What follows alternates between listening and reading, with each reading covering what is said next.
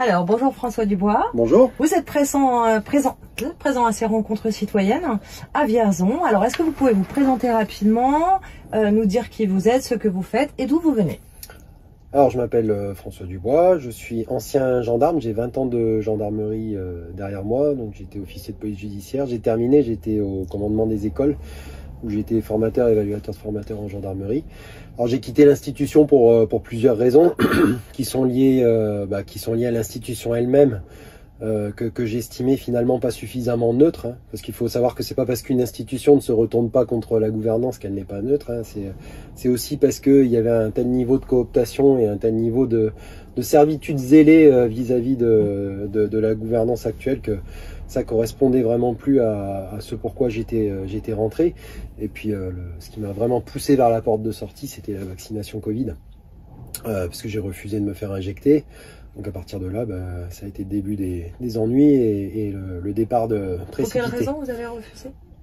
Tout simplement parce que c'est simple, il y a quelque chose qui s'appelle le principe de précaution, et que malgré le fait qu'on n'était pas spécialement informé à l'époque, je trouvais inconcevable de se faire injecter une technologie qui n'était pas encore expérimentée, sur laquelle on n'avait pas suffisamment de retour, et puis d'en payer les pots cassés 10 ans plus tard, parce qu'on avait beau nous dire que sur le court terme il se passerait rien, j'avais aucun résultat, aucune garantie pour le reste. Donc ça c'était le premier point. Et puis le second point, c'est que j'étais déjà très avisé à l'époque. J'avais beaucoup travaillé sur beaucoup de sujets sociétaux, et que à l'époque où le Covid émerge, moi j'en étais déjà à dire aux gens, c'est-à-dire que dès les annonces en Chine, j'en étais déjà à parler du pass vaccinal et tout ça aux gens, en disant attention, il va y avoir des systèmes de traçage qui sont liés à toute une ingénierie sociale, ça va être mis en place. Ça a fait rigoler beaucoup de personnes sur le moment, puis quand ils ont vu débarquer les QR codes, ils ont compris que j'étais peut-être un peu mieux informé. Mais partant de ce principe-là, c'est tout ça qui a fait que j'ai refusé. Mais par chance, j'ai attrapé le Covid 2 jours avant l'annonce de l'obligation vaccinale dans les armées. Et dans les armées, il faut savoir que la gendarmerie et les armées en général ont été soumis à l'obligation, mais pas la police, hein, je le précise. C'est clair. Il faut quand même le préciser. Et il faut aussi préciser que moi, je travaillais en collaboration avec des civils dans mes services, et que moi, on me harcelait tous les jours, et que les civils à côté, je les voyais tous les jours, et ils n'avaient aucune obligation. Bon, ça c'est un autre problème. Mais en dehors de ça... ça soulève une incohérence quand même. Ça soulève une grosse incohérence. C'est une incohérence majeure que je soulevais déjà à l'époque, mais qui avait l'air d'interpeller personne. Et donc à cette époque-là, 2 jours avant, moi je contracte ça, et ça m'a offert un statut dérogatoire de 6 mois, pendant lesquels j'ai pu rebondir et faire autre chose par la suite. Néanmoins, j'ai été harcelé dès le 2e mois par l'antenne médicale, parce qu'ils avaient des doses en stock et parce qu'ils voulaient me les injecter dès le 2e mois. Et face à mon refus, ils ont compris que je ne me ferais pas vacciner après. Donc là, ça a été le début des ennuis, même pendant cette période. Harceler, ça veut dire quoi? 3 à 5 appels par jour, des messages laissés sur le répondeur, des questions. Si vous voulez pas vous vacciner maintenant, ça veut dire quoi pour la suite, etc. Un chef de service, alors j'étais déjà gradé moi, mais j'avais un supérieur qui était officier, capitaine, qui venait dans mon service. Alors on se tutoyait, hein, c'est pas le problème, hein, mais il me disait François, devant tout le monde, tu en es où avec ton vaccin? Et pour dire jusqu'où allait la mascarade, c'est-à-dire que la gendarmerie se mettait dans l'illégalité, jusqu'à nous demander de produire des fichiers, nous en tant que chef de service, de produire des fichiers nominatifs, dans lesquels on devait marquer les présences et les absences, et pour les absences, mettre le motif médical, pour que ça remonte à la hiérarchie, et que nominativement, ils aient un état des lieux de qui avait le Covid, qui ne l'avait pas, etc. etc. Donc c'est pas légal en fait, ils n'ont pas le droit de... c'est complètement illégal. De secret médical, je veux dire, si ça remonte à la CNIL, ils vont se faire défoncer. Là, je parle de façon triviale, mais c'est une réalité. D'accord. Ouais. Et ça existait, c'est des choses qui existaient, et c'était sur le serveur commun. C'est-à-dire qu'on y accède tous. C'est les chefs qui le remplissaient, mais c'était visible de tous. D'accord. Donc le secret médical, voilà. Et de toute façon, à cette époque, j'ai compris que c'est pas... Il y en a qui m'ont dit, ouais, j'ai été déçu de l'institution, tout. Pour moi, c'était pas une déception. C'était une révélation de ce qu'elle était dans sa nature profonde. Donc ça faisait que confirmer ce que je pensais quelque part, que j'avais affaire à des gens qui étaient complètement formatés, pilotés par des idéaux de carrière et leur ego, et qu'il était hors de question en fait d'attendre quoi que ce soit d'humain de leur part. Ça, je l'ai bien compris. Pour la majorité de vos collègues ou pour la majorité de mes supérieurs, la majorité ou... de mes collègues ayant été victimes, puisqu'ils ont été, comme je l'ai dit tout à l'heure, pris par surprise, puisqu'il n'y avait pas de délai d'annonce et qu'il n'y a eu aucune anticipation par rapport à ça. Ça a été fait volontairement. C'est tombé du jour au lendemain, alors que pour beaucoup, c'était quelque chose de purement hypothétique et qu'on en rigolait. Et quand c'est tombé comme un coup près. Et dans l'armée, ça fait pas semblant. C'est-à-dire que vous avez les messages qui tombent dans l'heure qui suit, avec l'obligation de vous présenter à jour dans la semaine. Sinon, on vous explique directement que la machine, on lance en fait le procédé des sanctions et tout ça, et vous avez toute la liste de sanctions qui vous attend, et tout ça, comment ça se passe, voilà, les convocations. Imprévisibilité, sidération. J'ai connu un officier d'ailleurs à ce propos, qui n'a pas eu ma chance et qui a refusé courageusement le vaccin et qui s'est retrouvé complètement ostracisé, c'est-à-dire qu'on l'a placé dans une pièce aveugle qui servait à faire des simulations pour travailler avec un ordinateur, et on lui a interdit le contact avec le public pendant toute cette phase de plusieurs mois où il a été mis de côté, et on lui a confié les archives de l'école, de faire des recherches sur les archives militaires de l'école. Donc vraiment un placard, et on avait interdiction de lui rendre visite. Donc moi j'y allais avec un autre collègue, parce que c'était mon côté où j'en ai plus rien à... Voilà. Mais voilà, cet homme-là, et donc après il a écopé de ses 10 jours d'arrêt, puisque c'était la sanction prévue, et d'une mutation disciplinaire. Sachant que c'est quelqu'un qui était en fin de carrière, c'était un capitaine qui avait commandé une compagnie en Corrèze, qui avait fait ça, qui s'était établi là-bas avec sa famille, qui avait ses enfants, construit sa maison, tout ça, qui partait à la retraite dans pas longtemps. Et ils l'ont envoyé à Metz, voilà, pour donner un ordre d'idée, dans une unité où il était finalement en contact avec du public quand même. Non, mais pour montrer l'absurdité du délire covidique, jusqu'où ça a pu aller. Mais ça, les gens qui ont été victimes, avec un bouc émissaire pour faire un exemple et faire obéir tout le monde. Et bon, donc je quitte en 2022, et en 2022, je par le biais on va dire des connaissances comme ça, j'ai quelqu'un qui me dit, bah écoute, on recherche quelqu'un dans une matière très spécifique, l'éducation nationale. C'est un poste de contractuel, mais à temps plein, sur 2 établissements. C'est pour enseigner le droit pénal, et c'est dans la filière des métiers de la sécurité. Donc comme j'ai une formation de juriste en étant au PJ, ça correspondait parfaitement à ce que je pouvais faire, et j'ai accepté. Et ça s'est très bien passé pendant 2 ans dans l'éducation nationale, où j'ai pensé... Enfin, je savais qu'en raison de ce que j'écrivais, de ce que je produisais, des interviews qu'on faisait, parce que j'ai à peu près balayé tout le spectre des médias de la dissidence, on va dire, je savais que tôt ou tard ça allait retomber, que c'était une question de temps. Et donc je rentre dans l'éducation nationale, ça se passe très bien, avec les 2 proviseurs avec lesquels je travaillais, avec l'inspectrice. Il y a plein de projets en cours. Il me finance des formations pour l'année prochaine.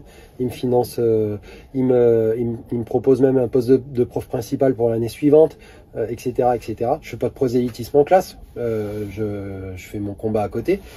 Et là, bah, c'est tombé comme un coup près, quoi. 3 lignes, un message, hop, vous serez pas renouvelé. Donc après 2 ans, j'avais déjà fait 2 ans. Et quand j'ai contacté le rectorat, ils m'ont dit, je suis pas tombé sur le responsable, hein, mais il m'a dit c'est en raison de vos prises de position. C'est leur mot. J'ai posé la question. Ils m'ont dit, moi j'ai demandé, c'est quoi pour vous les bonnes prises de position et les mauvaises prises de position? Est-ce que vous pouvez m'éclaircir sur ce point? Et là, il a botté en touche en disant, bah écoutez, vous êtes contractuel, on n'a pas à justifier le non-renouvellement. Magnifique. Ce qui est vrai. Donc je pouvais rien dire, et basta. Mais je le savais quelque part. Donc voilà. Ok, donc vous résistez à tout ça, vous êtes dans plein de médias, vous intervenez sur, vous avez une chaîne YouTube, c'est ça? Ouais, j'ai une chaîne YouTube. Sur Profession Gendarme. Après, je suis vice-président de Profession Gendarme, du site Profession Gendarme. Ok. J'envisage aussi de faire un site plus personnel, peut-être un cercle de réflexion, on va dire, qui s'articulera autour de production et vidéo et écrite, parce que j'écris beaucoup de textes en dehors du premier livre que j'ai fait et du second qui va sortir.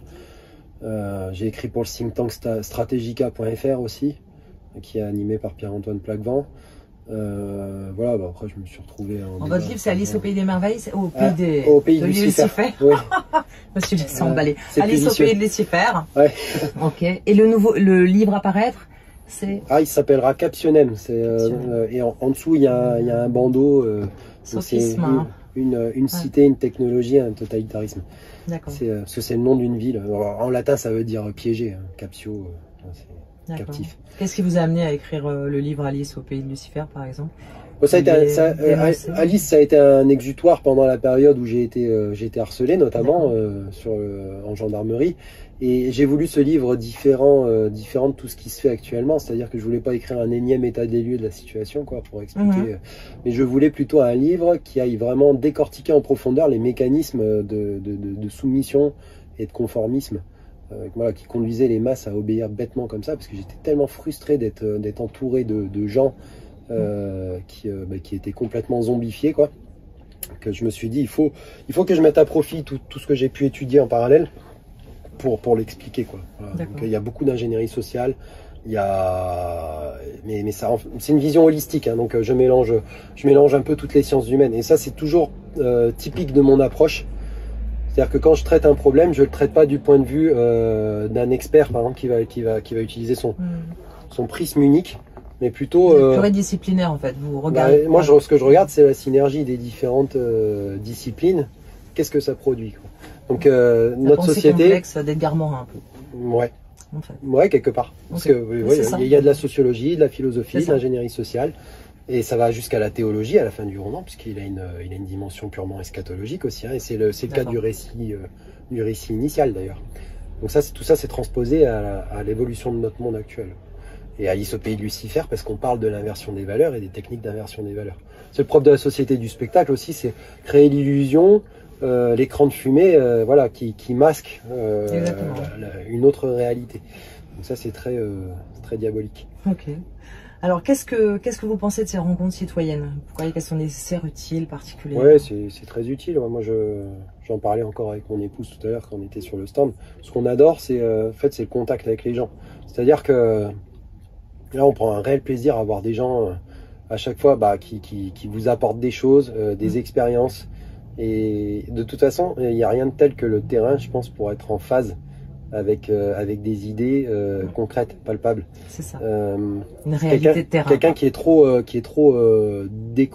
se décroche trop de la réalité ne va pas produire un travail qui sera efficace, qui sera juste, et qui sera juste, je pense. Je le pense. Ouais. Je pense que aussi ça c'est le fruit de mon travail. Moi, c'est que je viens d'en bas, et c'est ce qui le rend, je pense aussi très crédible. Qui vous lie au réel et au vivant, en fait. Oui, au réel, ouais, tout à fait. Évite de partir dans le virtuel. Ou Alors attention, là, je conceptualise beaucoup parfois. Oui, bien sûr. Et je pense même parvenir à développer une pensée parfois qui est propre. J'ai fait quelques textes où je développe de nouveaux concepts. Et c'est le but d'ailleurs, parce que quand on s'intéresse vraiment aux choses et qu'on a envie que les choses changent, il faut aussi savoir développer, pas canaliser, mais développer des pensées nouvelles. Donc créer, envisager à partir de ces savoirs. Parfait. Alors la petite dernière question, si vous pouviez changer une chose maintenant d'un coup de baguette magique, donc ce que vous voulez, ce serait quoi et pour quel changement de paradigme dans les années à venir? Ce serait remettre de la spiritualité dans cette société, parce que je pense qu'elle est le produit en fait de l'évolution du... Enfin, elle est le produit de l'avancée du matérialisme quelque part.